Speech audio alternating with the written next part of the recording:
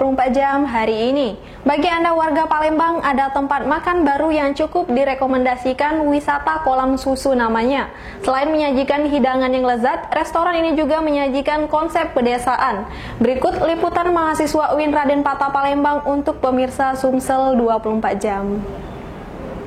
Assalamualaikum warahmatullahi wabarakatuh. Selamat malam teman-teman. Di sini bersama saya Riha Zuliana. Saat ini saya sedang berada di wisata kuliner terbaru di Sematang Borang, yaitu kolam susu. Bagi yang penasaran, mari ikuti kami. Pada tanggal 24 Desember, resmi dibuka wisata resto terbaru di Sematang Borang, tepatnya di Jalan Padat Karya, Lebong Gajah, Lorong Toba, yaitu wisata kolam susu. Wisata ini baru dibuka 2 bulan, namun peningkatan pengunjungnya sangat pesat. Pengunjung bisa berwisata dengan menikmati menu makanan Nusantara. Di sini ada gurami, ikan kapsul, nasi goreng, soto, semuanya lengkap. Apa sih menu unggulan yang di wisata ini? Gurami di sini, sama ikan kapsul. Sejak kapan didirikan wisata ini, Mas? Baru 2 bulan. Wisata ini dibuka pada jam 10 sampai dengan 22 dan dibuka setiap hari. Wah, pasti banyak nih kesempatan kalian buat bisa menikmatinya. Selain menjadi tempat wisata dan kuliner, tempatnya juga bagus untuk berfoto. Cuma iseng aja, jenuh di hotel. Saya penasaran aja ke sini karena di sini wisata baru. Saya pengen tahu di sini aja. Nyari suasana baru di sini. Suasananya tuh asik, sunyi ya. Pokoknya enak. Halo, saya Riha Zuliana sebagai reporter. Kemudian teman saya Muhammad Rapli Yarsa sebagai scriptwriter. Hai, saya Argris sebagai videographer. Hai, saya Arjun sebagai editor. Terima kasih, kami mahasiswa UIN Raden Fatah melaporkan. Wassalamualaikum warahmatullahi wabarakatuh. Pemirsa, Kepala Museum Negeri Sumatera Selatan Balaputra Dewa Haji Chandra Amprayadi semakin yakin apabila pusat kerajaan Sriwijaya berada di kota Palembang. Hal tersebut menyusul banyaknya koleksi hibah yang diterima pihak museum milik pemerintah Provinsi Sumatera Selatan itu, berupa barang-barang temuan di Sungai Musi antara lain di wilayah perairan sekitar Pulau Kemaro hingga bilangan 3 Ilir Palembang. Jumat menjelang sore kemarin, Kepala Museum Negeri Sumatera Selatan Balaputra Dewa, Bapak Haji Chandra Amprayadi, menerima tamu istimewa yakni Andi, seorang kolektor barang-barang bersejarah di ruang kerjanya. Kedatangan Andi, warga Jalan Tembok Baru, Kelurahan 9, 10 Ulu, Kecamatan Seberang Ulu 1, Palembang ini bermaksud menyerahkan temuan terbarunya yang diyakini cukup langka dan bernilai sejarah, yaitu sebuah guci berukuran sedang berbahan dasar perunggu. Menurut Andi, guci tersebut baru saja diperoleh dari seorang penyelam yang menemukan guci itu dari dasar Sungai Musi, persisnya di kawasan 3 Ilir, Palembang.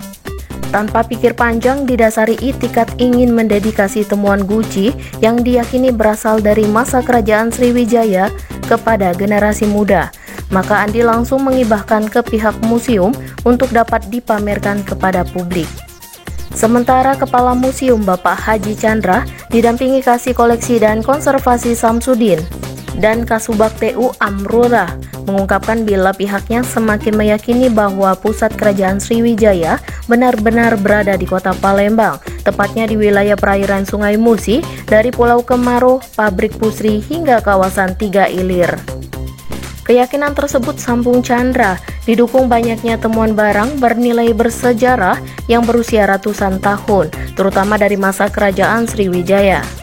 Lebih lanjut, Chandra menyebutkan, dari temuan terakhir yang diserahkan Andi berupa guci perunggu tanpa motif, pihaknya menduga guci tersebut berasal dari masa sebelum kerajaan Sriwijaya berkuasa di Palembang, yakni sekitar abad pertama Masehi. Sehingga semakin menarik untuk dikaji periodisasi peradaban manusia yang mendiami wilayah perairan Sungai Musi. Reporter dan juru kamera Muhammad Iqbal, palpress.com. Puncak acara Milad Kesultanan Palembang Darussalam ke-355 sekaligus Milad Kebangkitan Kembali Kesultanan Palembang Darussalam ke-18 di Istana Adat Kesultanan Palembang Darussalam Rabu kemarin berlangsung khidmat. Penerapan protokol kesehatan yang ketat tak mengurangi kehidmatan acara tersebut. Kegiatan puncak acara Milad Kesultanan Palembang Darussalam atau KPD ke-355 sekaligus Milad Kebangkitan Kembali KPD ke-18 dipimpin Sultan Palembang Sultan Mahmud Badarudin IV Jayowikramo RM Pawas Diraja, didampingi Ustadz Ahmad Fauzi bin Kyai Haji Abdullah Zawawi Izom, Ustadz Perianto, Ustadz Ali, dan Habib Muhammad Syukri Syahab. Turut hadir dalam acara yang juga dimeriahkan kesenian hadro dari Ponpes Ittifaqiyah dan Wakabin Taldam II Sriwijaya.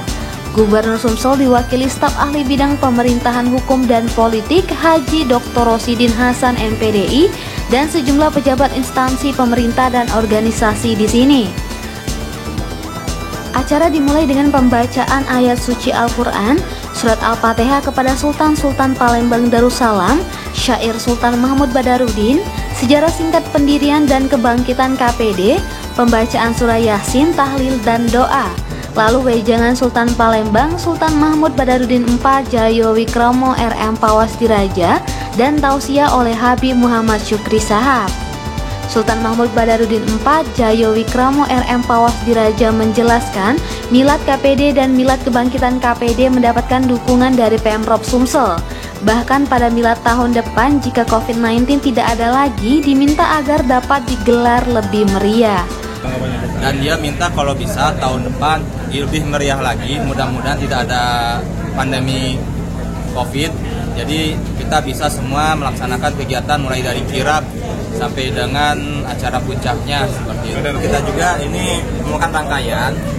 Pertama kali kita kemarin sudah ziarah dan juga sekarang adalah perayaannya, nanti malam juga penutupan perayaannya kita sekalian di satu gilir rencananya untuk Milad Kesultanan ini.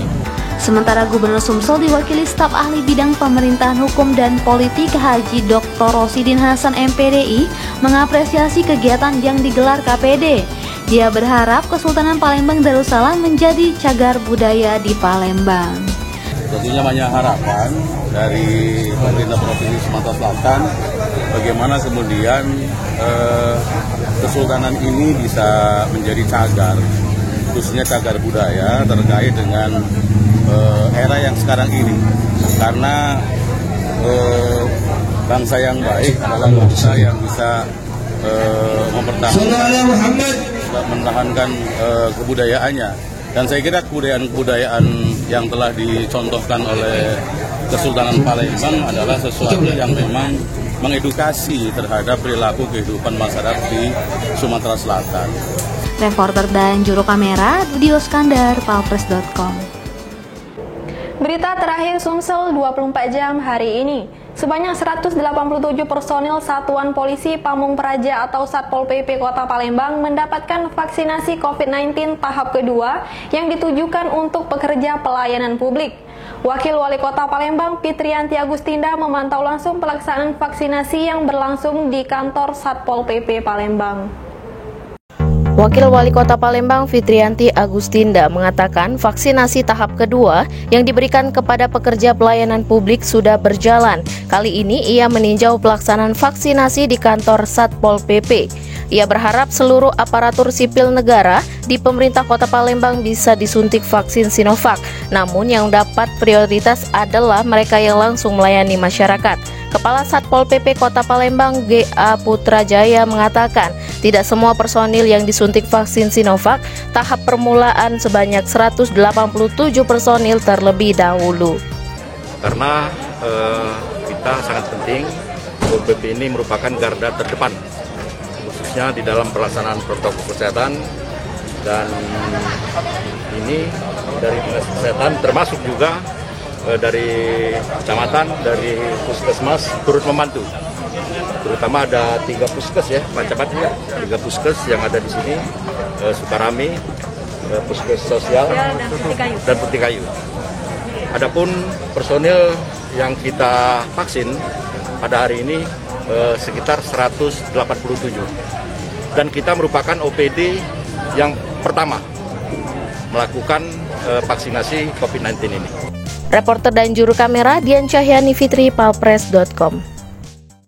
Demikianlah berita Sumsel 24 jam hari ini. Bagi pemirsa yang ingin tempatnya dikunjungi atau diliput tim Sumsel 24 jam, silakan tulis di kolom komentar.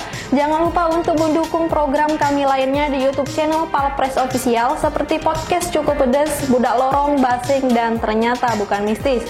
Saya Sri Depi, sampai jumpa.